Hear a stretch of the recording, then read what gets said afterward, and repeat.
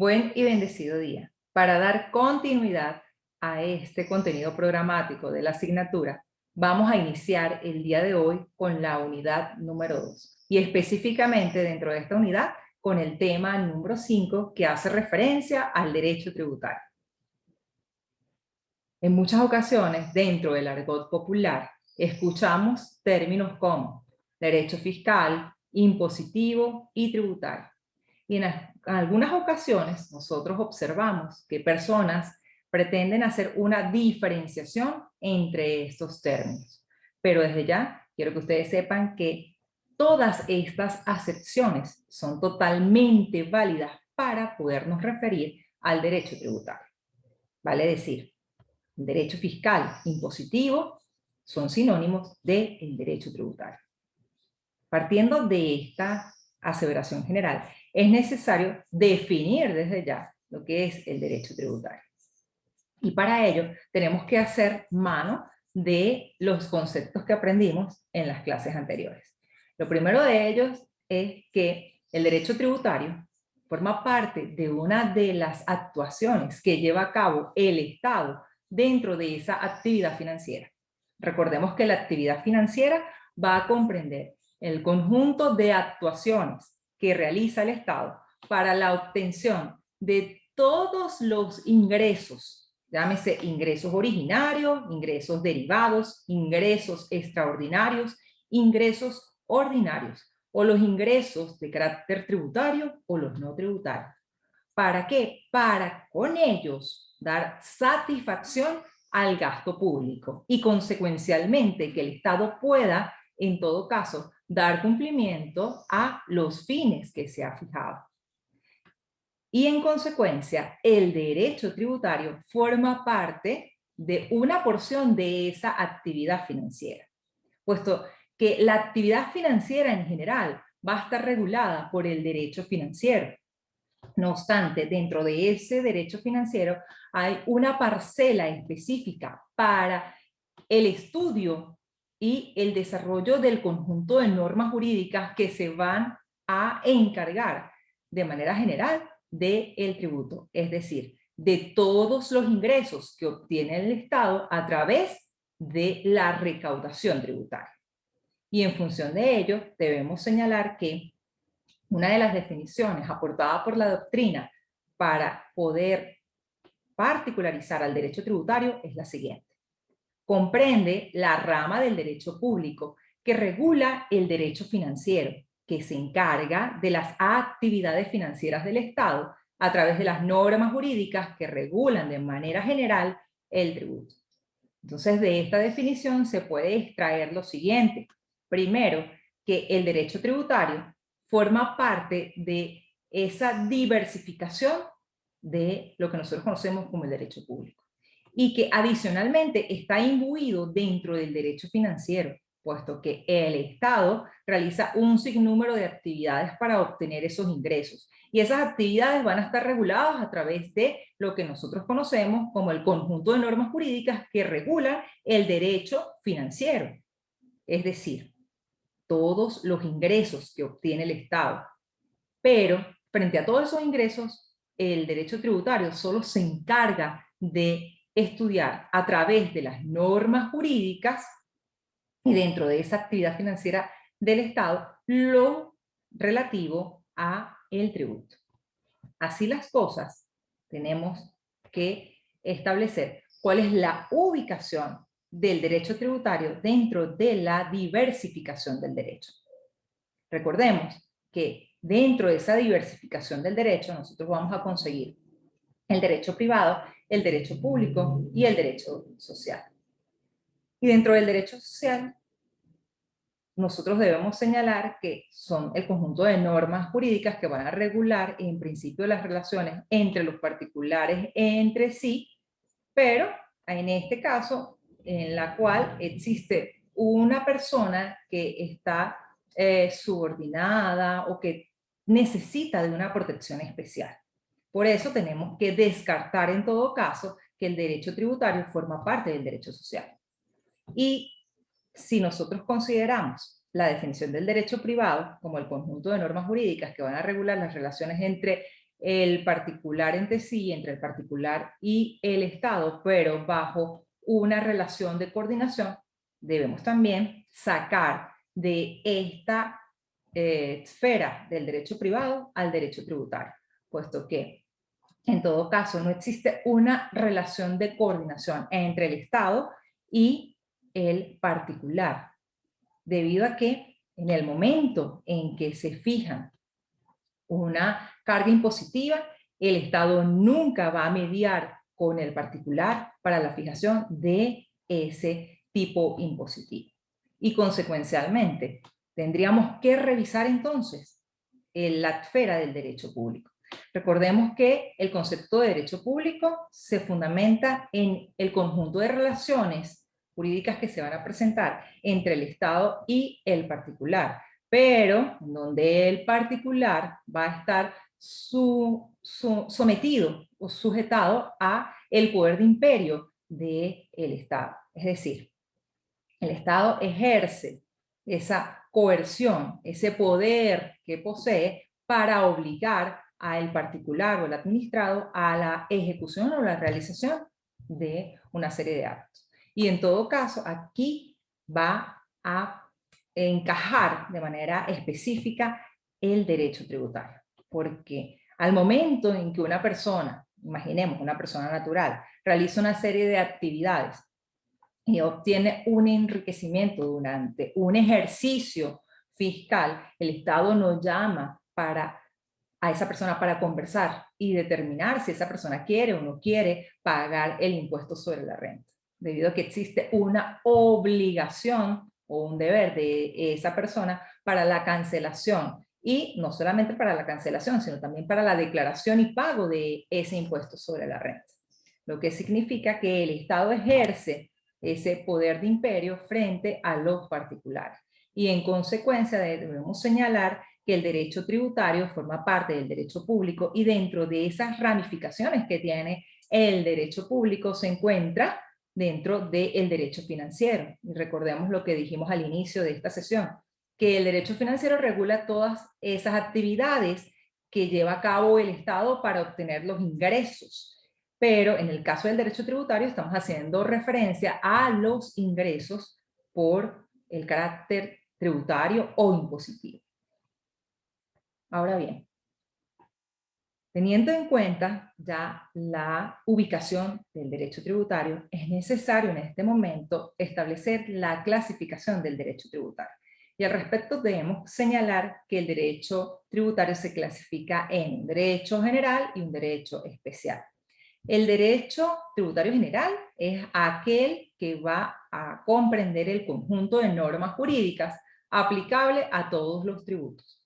Y frente a este concepto debemos señalar que en todo caso el derecho tributario forma parte no solamente del Código Orgánico Tributario, sino que se expande a nuestra Carta Magna, puesto que la parte general, que es aplicable a todos los tributos, no solo está en esta norma del Código Orgánico Tributario, sino que se expande y que comienza a surgir dentro de nuestra Constitución de la República. Así pues, tenemos dentro de la parte general del derecho tributario las normas de carácter constitucional, específicamente las referidas al artículo 316 y 317 de nuestra Carta Magna, en donde se disponen una serie de principios que van a regular la actividad tributaria. Vale decir, el principio de reserva legal y de legalidad, el principio de la igualdad, el principio de la justicia, el principio de la no confiscatoriedad,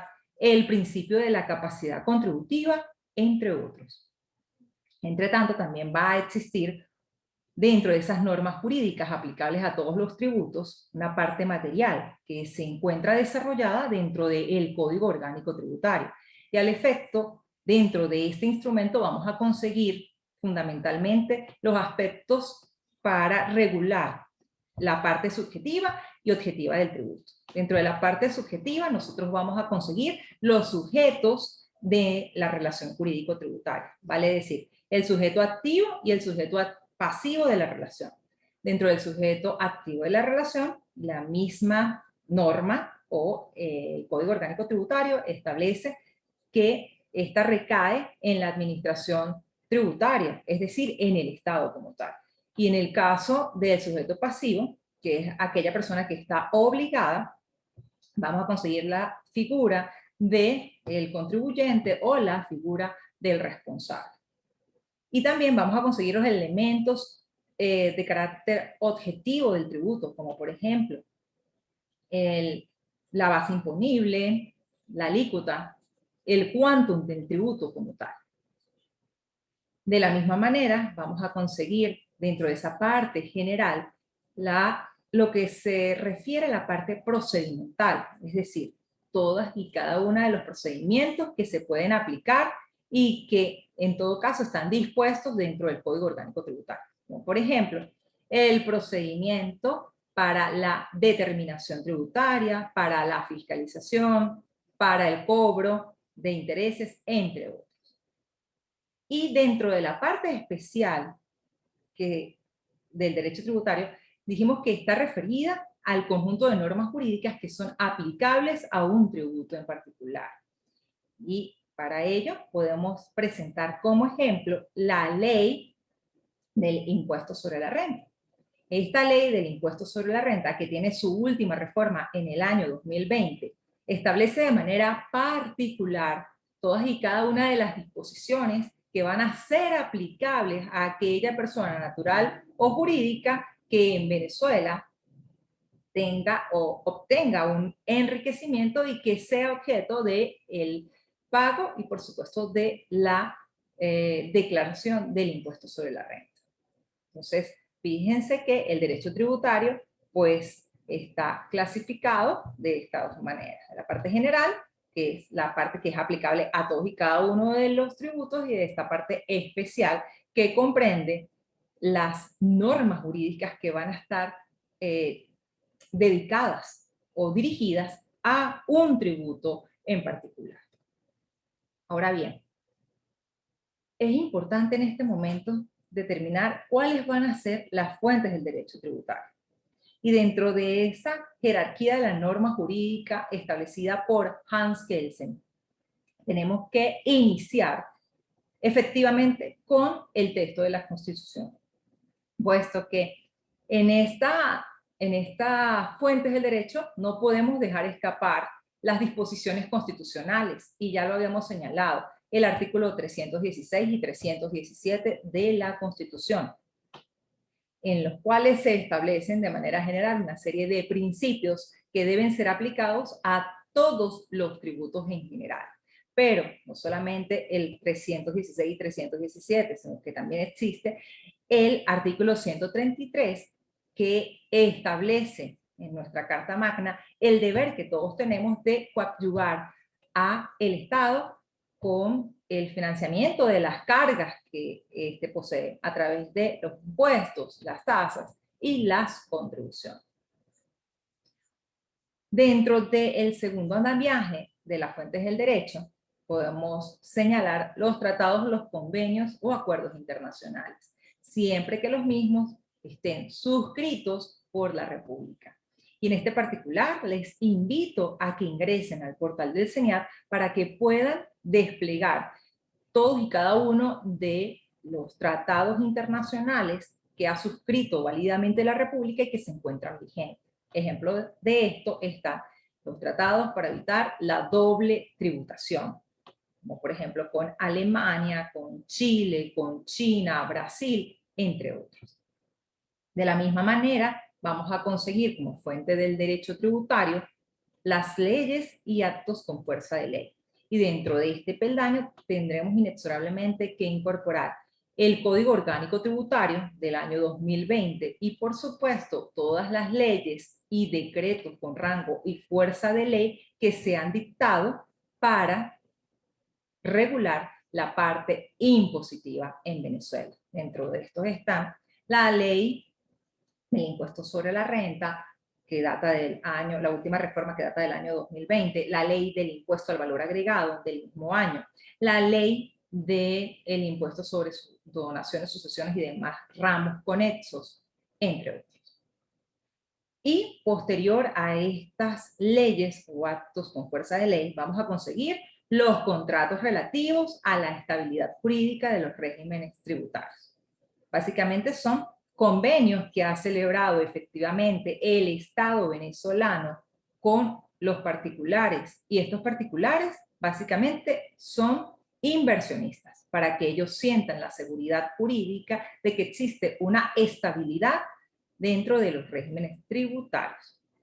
Y finalmente, los reglamentos, que vienen a ser la concreción o la particularización de todas y cada una de las leyes y los actos con fuerza de ley. Ejemplo de ellos tenemos el reglamento del impuesto al valor agregado, el reglamento del impuesto sobre la renta, el reglamento del impuesto sobre sucesiones, donaciones y demás ramos conexos. ¿Y cómo vamos a interpretar básicamente estas leyes de carácter tributario? El artículo 5 del Código Orgánico Tributario establece de manera muy precisa que para dar la interpretación de la ley tributaria es permisible todos los métodos admitidos dentro del derecho. Vale decir, la interpretación literal, es decir, las palabras, palabra por palabra, o el método lógico, que va a comprender la razón legis o la ratio legis, es decir, lo que impulsó al redactor de la norma para poder estructurar esa norma como tal.